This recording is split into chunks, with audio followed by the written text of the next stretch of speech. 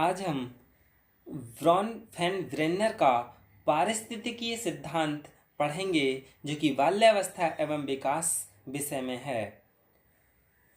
इनका नाम Yuri von फैन ब्रेनर है। इनका जन्म 29 अप्रैल 1917 में हुआ था मॉस्को में, यानी ये मूल निवासी रूस के थे।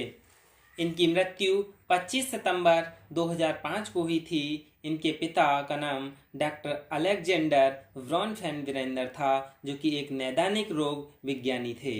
इनकी शिक्षा स्नातक तो इन्होंने कर्नेल विश्वविद्यालय से की थी और एमए हार्वर्ड विश्वविद्यालय से की थी। पीएचडी मिशिगन विश्वविद्यालय से की थी और 1948 में कॉर्नेल विवी में प्रोफेसर बने थे। ये हैंड स्टार्ट कार्यक्रम के सह संस्थापक भी थे। ये विकास मनोविज्ञान के क्षेत्र में विभाजन से असंतुष्ट थे, जिसके कारण उन्होंने इकोलॉजिकल सिस्टम थ्योरी का विकास किया। ये अपने सामाजिक विकास के सिद्धांत में सामाजिक पर्यावरण तथा बालक की जैविक प्रवृत्तियों के बीच में होने वाली अंतःक्रियाओं को अधिक महत्व दिया है। इसलिए इस सिद्धांत को पारिस्थितिकीय सिद्धांत के नाम से जाना जाता है। वॉन फैन ब्रेनर के अनुसार बच्चे विभिन्न सामाजिक तंत्रों के बीच में रहकर बड़े होते हैं, जिस कारण उनका सामाजिक विकास इन सामाजिक तंत्रों के साथ उनकी होने वाली अंतःक्रियाओं द्वारा प्रभावित होता है। क्योंकि इस सिद्धांत में बालक की जैविक प्रवृत्तियों तथा उसके पर्यावरण दोनों को उसके सामाजिक विकास के महत्वपूर्ण स्थान दिया गया है। इसीलिए वॉन फैन ब्रेनर तथा इवांस ने वर्ष 2000 में इस सिद्धांत को जैव पारिस्थितिकीय मॉडल का नाम दिया। वॉन फैन ब्रेनर ने सामाजिक पर्यावरण को 5 मंडलों में विभाजित किया था। इस सिद्धांत को यूरी ने अपनी प्रसिद्ध पुस्तक the ecological of human development के द्वारा परिचय कराया था।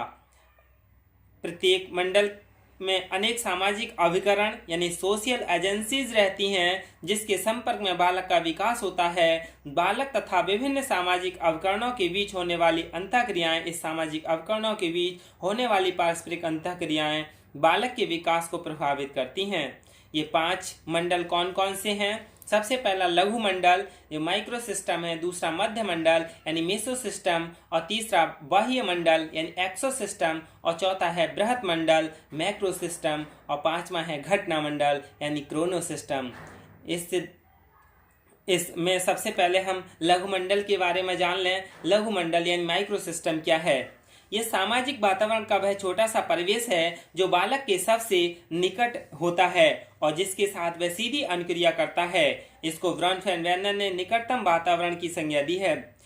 लघु मंडल में बालक के मित्र, परिवार, स्कूल, धार्मिक संस्थाएं, पास पड़ोस, संगी साथी, स्वास्थ्य सेवाएं आदि को सम्मिलित किया जाता है। इस स्तर पर बालक अपने माता पिता, भाई बहन, मित्रों, शिक्षक आदि के साथ अंतःक्रिया करता है। इस अंतःक्रिया में बालक अपने संपर्क में आने वाले व्यक्तियों से प्रभावित होता है, साथ साथ उनकी प्रतिक्रियाओं से उनको भी प्रभावित करता है। इसलिए इस अंतःक्रिया की प्रकृति द्विदिशात्मक होती है। जैसे कोई बच्चा शांत अवस्था में रहता है, माता पिता, शिक्षकों तथा बड़ों का मानना है तो वे भी उससे प्यार करते हैं और उसकी बातों को ध्यान से सुनते हैं। इसलिए उनकी अंतःक्रिया में आत्मीयता का भाव रहता है।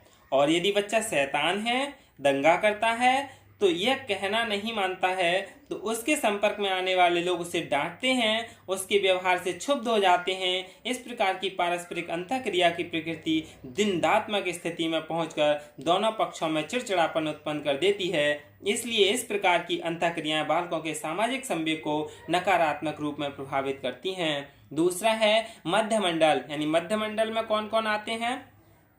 इसमें यह अंतःक्रिया एक साथ लघु मंडल की 2 या 2 से अधिक घटकों के साथ हो सकती है, जैसे छात्र के घर के वातावरण तथा स्कूल के वातावरण के बीच, स्कूल तंत्र तथा गृह तंत्र के बीच, संगी साथियों के साथ, अनुभूतियों, पारिवारिक अनुभूतियों के मध्य होने वाले संबंध मध्य मंडल की परिसीमा में आते हैं।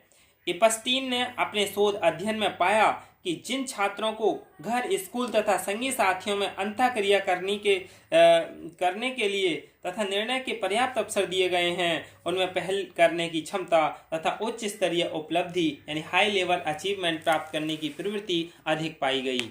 यदि घर के वातावरण, स्कूल के वातावरण तथा संगी साथियों के वातावरण में समरूपता नहीं होती है तो बालक को अपने आप को इन परिस्थितियों में समायोजित करना कठिन हो जाता है तथा उसका सामाजिक एवं सांवेगिक विकास उचित एवं वांछनीय दिशा में न होकर अनेक प्रकार के विकारों से युक्त हो जाता है। इसके बाद तीसरा मंडल है बाह्य मंडल यानी एक्सोसिस्टम।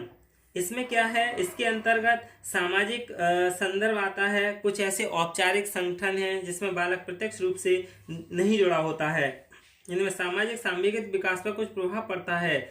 इन संगठनों में आर्थिक व्यवस्था, स्वास्थ्य सेवाएं, राजतंत्र, जनसंचार के माध्यम, धार्मिक संगठन तथा माता पिता के कार्यस्थल आदि मुख्य हैं। जैसे एक बालक का पिता ऐसी जगह कार्य करता है जहां वह बॉस के साथ तालमेल न कर पाने से परेशान रहता है, कार्यालय में खिन्न होकर लौटता है तथा बॉस का गुस्सा बच्चों अपनी पत्नी पर उतारता है। इस तरह से घर का वातावरण दूषित हो जाता है जिससे बच्चों के संवेगों पर बुरा असर पड़ता है और कई क्षेत्रों में वे अवांछनीय व्यवहार करने लगते हैं। इसके अतिरिक्त यदि बच्चे की अच्छी स्वास्थ्य सेवाएं, अच्छी शिक्षा व्यवस्था नहीं मिल पाती है तो शारीरिक, सामाजिक तथा शैक्षिक क्षेत्र में अन्य बच्चों से पिछड़ जाते हैं, जिससे उनसे ही हीन भावना यानी इन्फेरिटी कॉम्प्लेक्स आ जाती है जो उनके संवेगों को नकारात्मकता लाती है। यानी बाह्य मंडल में 1-2 के बीच जो कि बच्चे से दूर का स्तर है। सबसे पहला कौन सा था, लघु मंडल जो बच्चे के पास था, फिर मध्य मंडल, फिर बाह्य मंडल। अब है बृहत मंडल। बृहत मंडल यानी इस बच्चे से बहुत बड़ा, दूर का है। इसमें क्या आता है, इस मंडल में सांस्कृतिक मूल्य, सामाजिक रीति रिवाज, मत मतांतर, प्राचीन गाथाएं आदि आती हैं। ये सभी बालक के सामाजिक संवेगात्मक विकास को प्रभावित करती हैं। ये समाज को अपने नागरिकों से कुछ आशाएं होती हैं, इसलिए व्यक्ति जिन मूल्यों, प्रथाओं, सामाजिक आर्थिक परिस्थितियों के परिवेश में रहकर विकसित होता है उनका प्रभाव उनके आचार विचार, मूल्यों, संवेगों पर निश्चित रूप से प्रभाव डालती हैं। असभ्य समाज, निम्न आर्थिक स्तर तथा अशिक्षित परिवारों वाले बच्चों को सामाजिक सांवेगिक विकास उतना अच्छा नहीं होता जितना कि उच्च वर्ग के साधन संपन्न लोगों का होता है। इसके बाद है लास्ट है घटना मंडल। घटना मंडल में सामाजिक, सांस्कृतिक तथा मतलब तथ्य, पारिस्थितिकी आती है इसमें, यानी जन्म से पहले जीवन काल की घटनाएं आती हैं इसमें। घटनाक्रम में वे सब घटनाएं सम्मिलित रहती हैं जो किसी छात्र के जीवन काल अथवा उसके जन्म से पूर्व उसके परिवार तथा परिवेश में घटित होती हैं। जैसे माता पिता का विवाह विच्छेद हो जाना यानी डिवोर्स हो जाना, माता पिता में से किसी एक अथवा दोनों की मृत्यु हो जाना, या फिर किसी दैवी आपदा के कारण परिवार का अस्त व्यस्त हो जाना। इसके अतिरिक्त कुछ छात्र ऐसे हैं जो महानगरों में रहकर अति आधुनिक संसाधनों का प्रयोग कर रहे हैं पर परंपरागत जातीय बंधनों को तोड़कर अंतरजातीय विवाह करने में संकोच नहीं करते, जबकि दूसरी ओर ग्रामीण व पिछड़े क्षेत्रों में रहने वाले छात्र आधुनिक चीजों से अवगत तक नहीं हो पाते और समाज में जाति द्वारा निर्धारित परंपरा रूढ़ियों के आवरण से बाहर नहीं निकल पाते। इसलिए अलग अलग परिस्थितियों में रहने वाले बालकों की अलग अलग अनुभूतियां यानी एक्सपीरियंस होती हैं, जिस कारण उनके मूल्य, अभिवृत्ति और संवेगों को में भिन्नता पाई जाती है। जो बच्चे बाहर रहते हैं उनमें भिन्नता पाई जाती हैं। निष्कर्ष के तौर पर यदि कहा जा सकता है ब्रॉन फेनग्रेनर ने सामाजिक सांवेगिक विकास में बालकों के सामाजिक संदर्भ यानी सोशल कॉन्टेक्स्ट के सूक्ष्म स्तर के से लेकर बृहद स्तर तक सभी स्तरों को क्रमबद्ध रूप से सम्मिलित किया है। अतः यह सिद्धांत बालकों के सामाजिक सांवेगिक विकास के पहलुओं की व्याख्या करने में लोकप्रियता प्राप्त करता रहा है। इसके शैक्षिक निहितार्थ क्या हैं यानी एजुकेशनल सिग्निफिकेंस। ब्रॉन फेनग्रेनर ने बच्चे के विकास में स्कूल, परिवार और समाज, संस्कृति आदि अनेक पहलुओं को महत्व दिया है। इसलिए बालक के व्यवहार से संबंधित जानकारी को ठीक से प्राप्त करने के लिए शिक्षक को चाहिए कि वह इन सबसे समय समय पर संपर्क करता रहे, और ये होता भी है।